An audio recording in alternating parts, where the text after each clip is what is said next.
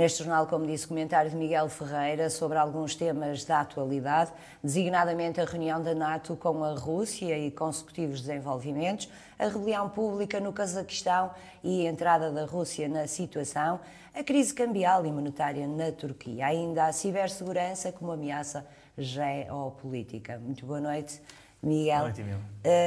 Então, começamos pela situação da reunião da NATO e da Rússia.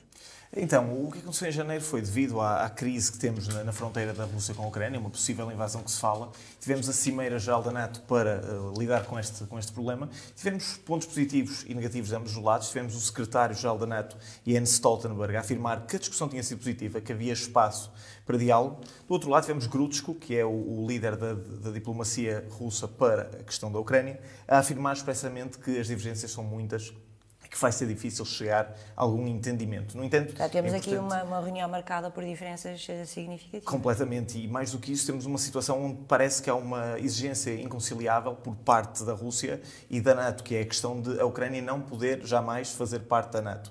Há quem fale que isto será uma agenda mais global da Rússia com o objetivo de desmantelar a NATO por completo, porque é uma ameaça em termos das fronteiras que tem com a Europa Ocidental acima de tudo. Mas temos aqui uma situação importante, que é o facto dos Estados Unidos serem um player muito importante nesta questão, nomeadamente porque são eles que lideram as negociações com a Rússia para a questão da situação da Ucrânia. E as declarações últimas de Biden, não é, sobre esta matéria também foram bem explícitas e bem claras daquilo que é a posição americana, ao afirmar que seria uma resposta sem precedentes. Isto já não é simplesmente um ato de palavras, já temos uma expressão pública e uma expressão política naquilo que tem sido o ato para a defesa da soberania ucraniana, que já foi colocado no Congresso. Mas achas mesmo, Miguel, que o Biden acredita que o líder russo vai avançar? Eu acho que a Rússia quer nos fazer crer que há muita possibilidade disso, nomeadamente com movimentação de tropas na fronteira junto à Ucrânia, mas também na fronteira da Ucrânia com a Bielorrússia, nomeadamente os exercícios militares naquela zona indicam que há uma grande possibilidade de ser um dos pontos de entrada de uma possível invasão. Se Joe Biden acredita ou não, eu acho que Joe Biden tem informações, nomeadamente dos seus conselheiros políticos e militares, de que efetivamente é uma situação que é bastante plausível. Não é uma ameaça comum, como temos tido outras, é uma ameaça bastante real e, como tal, tem que ser lidada com cuidado. Para hoje está marcada uma reunião entre os ministros dos negócios estrangeiros russo e americano. Exatamente, e a ideia é que vamos ter mais e vamos ter mais reuniões. A ideia é que estas reuniões continuem a acontecer.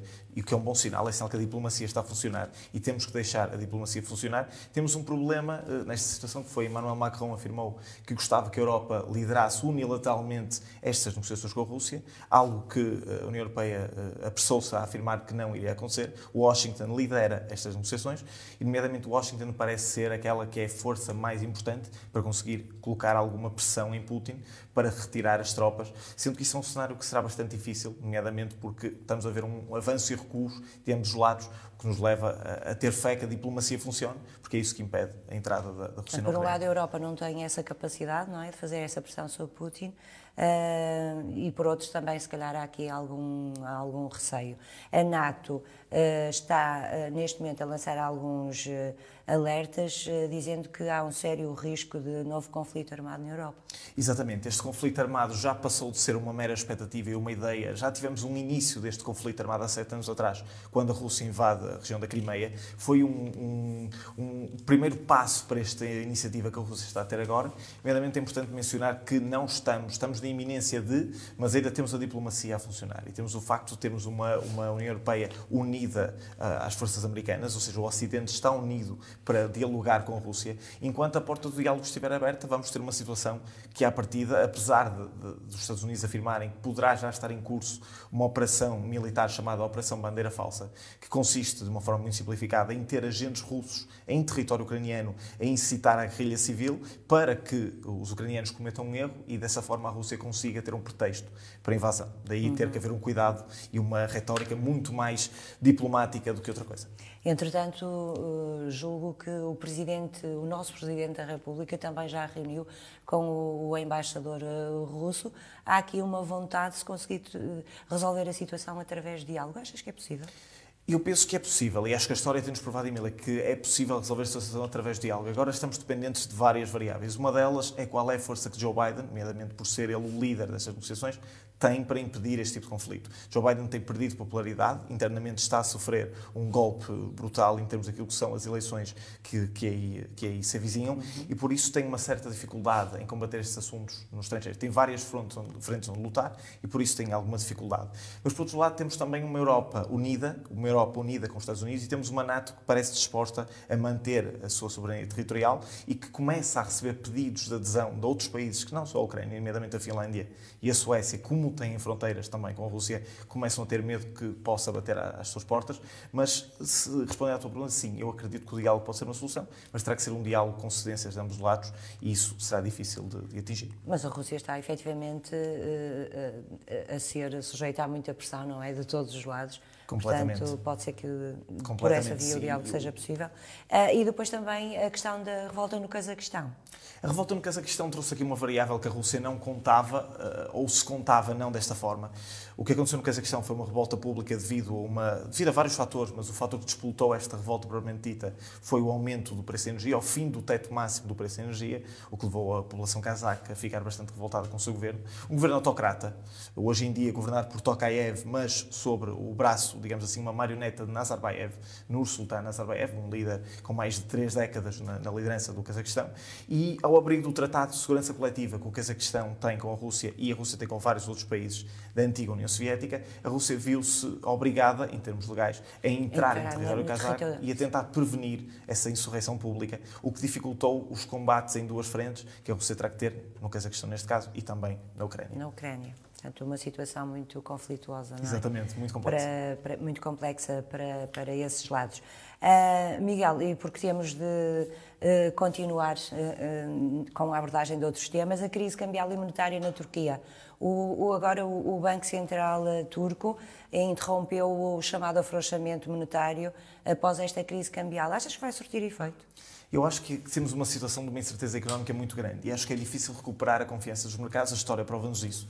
O que tivemos no caso da Turquia foi que o Banco Central Turco, a pedido do presidente Tayyip Erdogan, reduziu inicialmente em vários cortes sucessivos a taxa de juro com o objetivo de criar um novo modelo económico. Um modelo económico esse que, segundo Tayyip Erdogan, se ia basear numa economia mais competitiva, baseada nas exportações, com menores taxas de juros e com uma maior empregabilidade. Mas seria este o conceito. Mantém a sua taxa básica de juros em 14%. Exatamente, que já é uma taxa de juros que é um bocadinho difícil de aceitar para os mercados internacionais e para a confiança económica face àquilo que é a inflação. Para as pessoas terem uma noção, o aumento da taxa de juros normalmente é uma medida de combate àquilo que é a subida da inflação. Ou seja, é uma estratégia económica amplamente aceitável de acordo com a nossa ortodoxia económica atual e que o presidente Tayyip Erdogan tem um completo desprezo pela mesma, chegou mesmo a dizer, e cito, que as taxas de juros fazem os ricos mais ricos e os pobres mais pobres, e tem outra variável muito importante na sua tomada de decisão, que é o facto de pertencer ao partido AKP, um partido marcadamente islamista, do qual tem um princípio,